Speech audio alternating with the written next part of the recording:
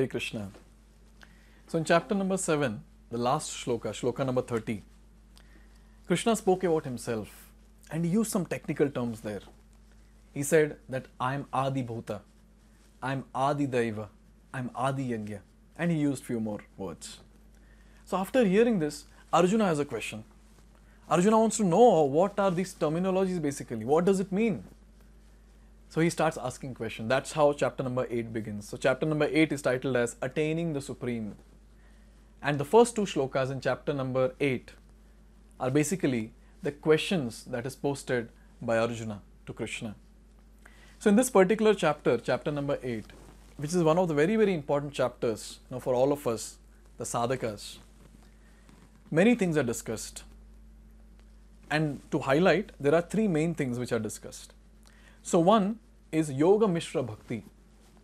Yoga Mishra Bhakti means devotional service which is mixed with yoga, the yoga part. Basically we're talking about the Ashtanga yoga part. And then this is a one part. But then pure bhakti is also discussed, Shuddha Bhakti. And most importantly, the factors that determine soul's destination when the soul leaves the body. So this is a very, very interesting topic that Krishna is going to speak. That what are the different factors that actually influence the person's next destination? Which body is going to enter? How that is determined? This is what is spoken. So a very important chapter for all the sadhakas. And at the same time, it prepares one's consciousness to live the life very nicely, to make sure that at the end of life, we remember Krishna. So in the future verses we will see, especially in shloka number 5 in this chapter, where Krishna is saying that one who remembers me will come back to me. So now remembering Krishna is not that easy job at the end of life. So for that the person has to literally endeavor, work hard throughout the life. Basically practice. So one has to practice throughout the life. It's almost like the life is a preparation and death is an examination. So in the exam, there's only one question. What do you remember now? This is that one question. And if the answer is I am remembering Krishna, it means we are past. Not just past, we'll be the toppers. So this is what Krishna is going to speak in future verses. So before we enter all that, let's see what is Arjuna asking to Krishna in shloka number 1. Arjuna uvacha kim tad brahma kim adhyatmam kim karma purushottama adi bhutam cha kim proktam adi daivam kim uchyate. So Arjuna is inquiring. What is he asking? Kim tad brahma? What is Brahman? O Krishna, what is Brahman? Kim adhyatma? O Krishna, what is adhyatma? What is self? Kim karma? So what are these fruitive activities? Adi bhutam cha kim proktam? What is this Adi bhuta or material manifestation?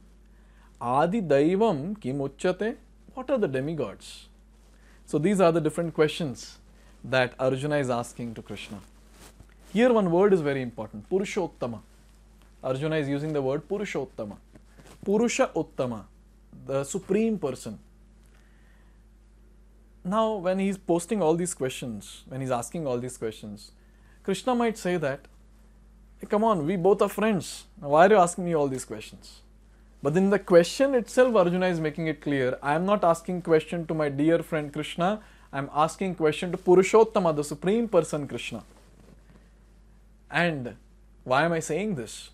Because only that supreme person can actually give the perfect answers to these questions and clear all my doubts.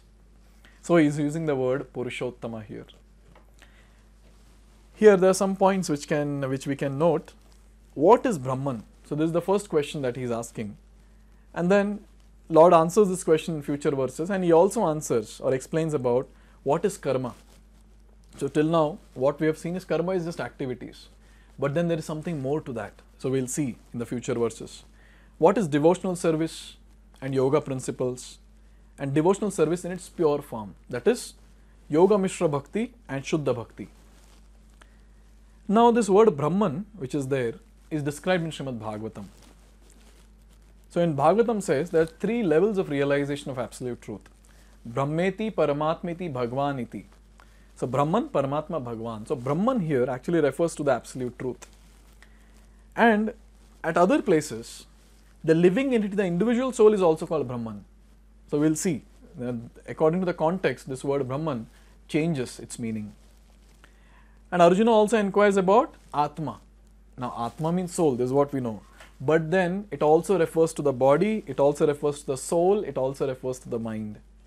And according to the Vedic dictionary, Atma refers to mind, soul, body and senses also. So Arjuna has asked these questions. In fact, this entire chapter, we'll see one question of Arjuna is elaborated very, very nicely by Krishna. So that particular question, Arjuna is going to ask in the next shloka. So let's see that in the next video. Hare Krishna. Hare Krishna, Hare Krishna.